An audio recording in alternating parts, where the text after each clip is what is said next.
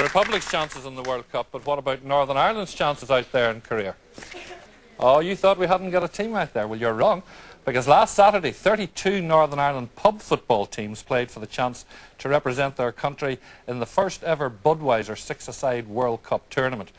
Now, the eventual winners were from the Junction Sports Bar in Omagh, who beat the Clarendon Bar from Derry, and what joy there was at the final whistle.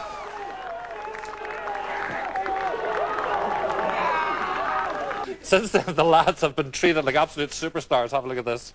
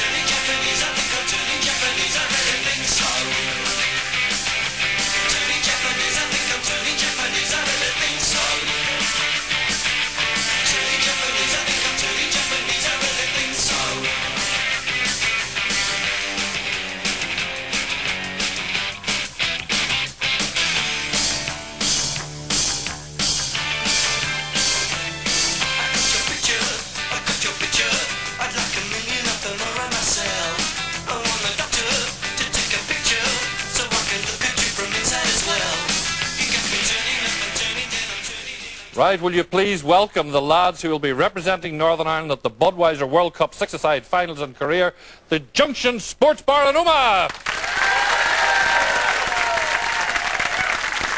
Wow. TV appearances, billboard posters, it's enough to turn a young man's head. Budweiser treated us real well. We were days away, you know, in Belfast, getting shoots fitted out, photo shoots done, and then we appeared up on the billboard around Belfast and stuff, and there was one in Omagh as well. So it was really enjoyable. Like. Many celebrities, as you say, for a while. You could certainly get used to a lifestyle like that, you know, but it felt great, and all the attention was, especially the billboard going up in Omagh, you know, a big billboard, and it was very, very good, you know. Everybody was asking you questions about it, and it was just great, so it was just an unbelievable experience.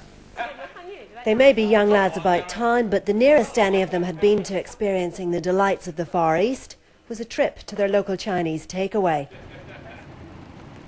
However, before they boarded the plane, they were put through their paces with a final training session at Windsor Park, the home of Northern Ireland football, coached by former international John O'Neill.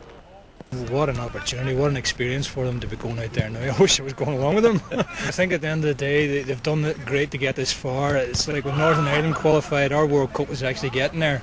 Once they get out there, they just go out and enjoy themselves, play with no fear, and anything can happen.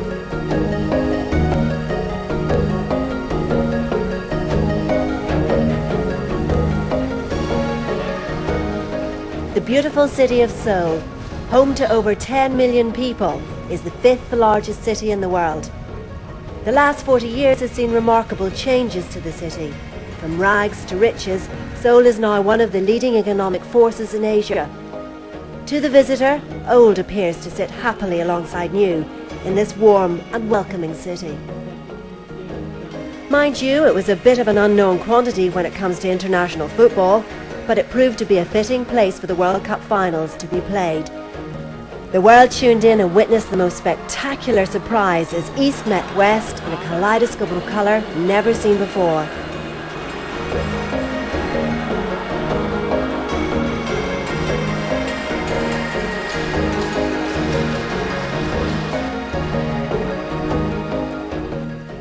South Korea has so much to reveal to the tourist, a cultural dichotomy of the traditional and the contemporary. There was so much on offer, but the team found some things difficult to adapt to.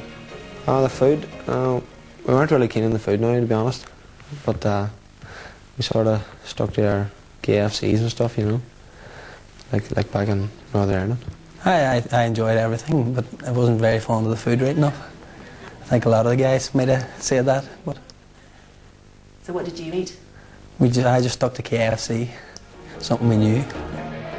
As a welcome change to fast food and to fan the flames of friendship, Budweiser hosted a spectacular feast of their own, giving all the teams a chance to mix before the competition.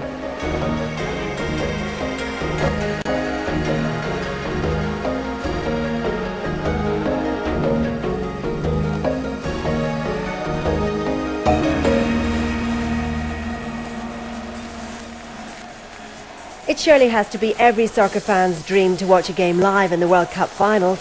So the lads jumped at the chance to watch host nation South Korea, with their phenomenal support, take on the much fancied Portuguese in the qualifying rounds. The match took on an added interest as it was being played in the very stadium that they themselves were going to play on the following day.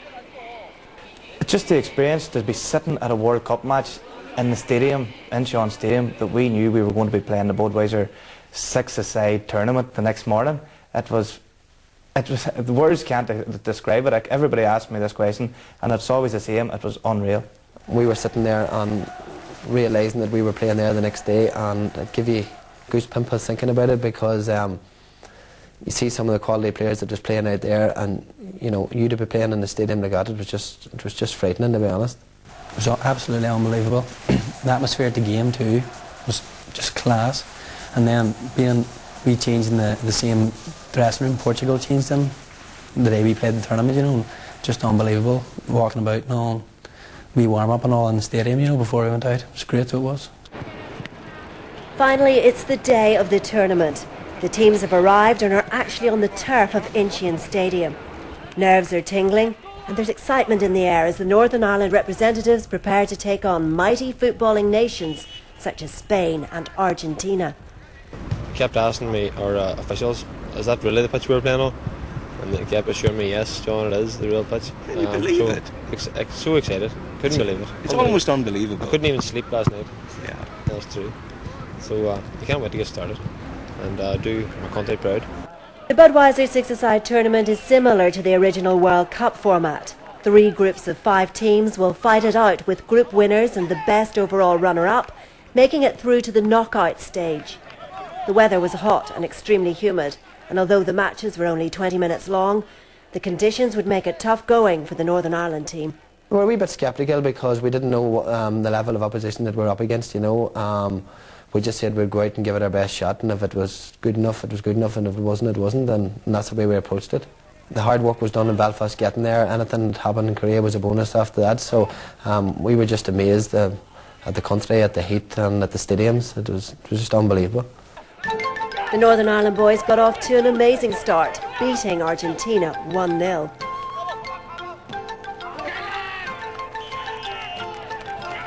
A result Sammy McElroy and his international squad would be more than happy to achieve.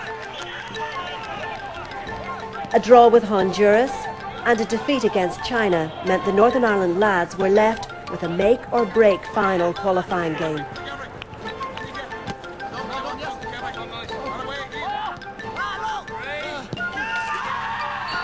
Lose against hot favourites England and their tournament would be over. First game we played Argentina, and we played really, really well. Again, it was the first game in the tournament, and you were a bit sceptical as well, and we started off a bit slow, but we come through that game, we win 1-0, and with high hopes after that.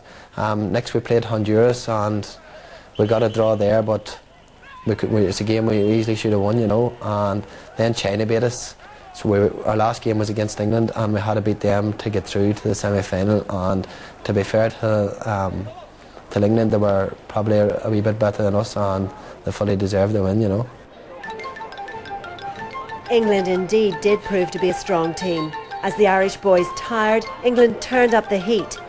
Before half-time, Ireland found themselves 2 goals down.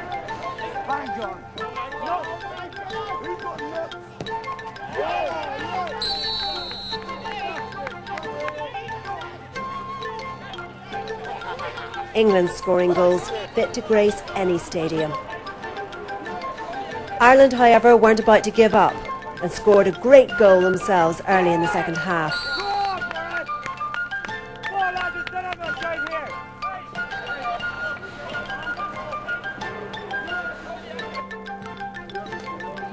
But sadly, it wasn't to be, and England's victory put them top of the group.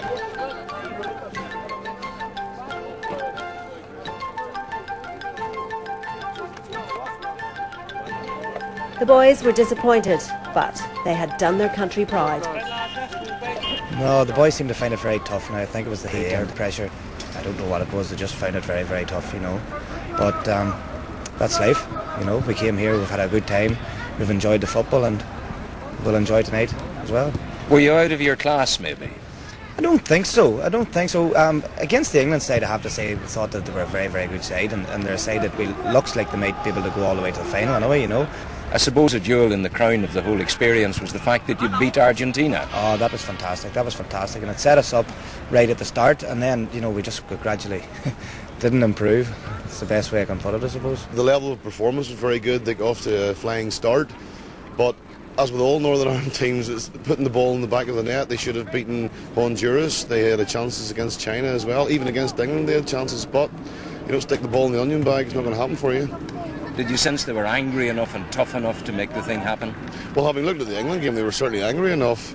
But, oh yeah, I think the application was there, but the heat is wilting out here, and I think after the first game, maybe the teams that are more used to the heat out here help them more than help Northern Ireland. I think they've prepared for it very professionally.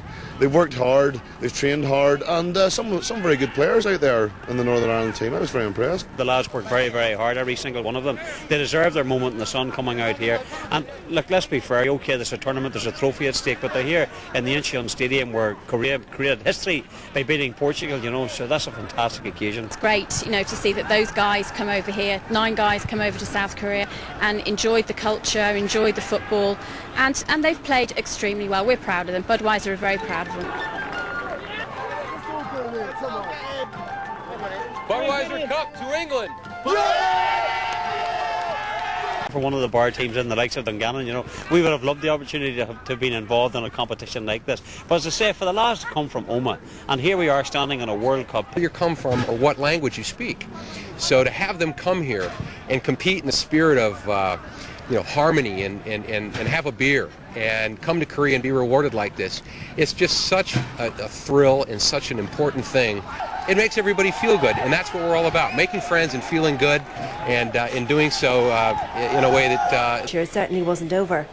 They were the envy of every soccer fan back home when they were given pitch-side seats for the quarter-final match, Ireland versus Spain.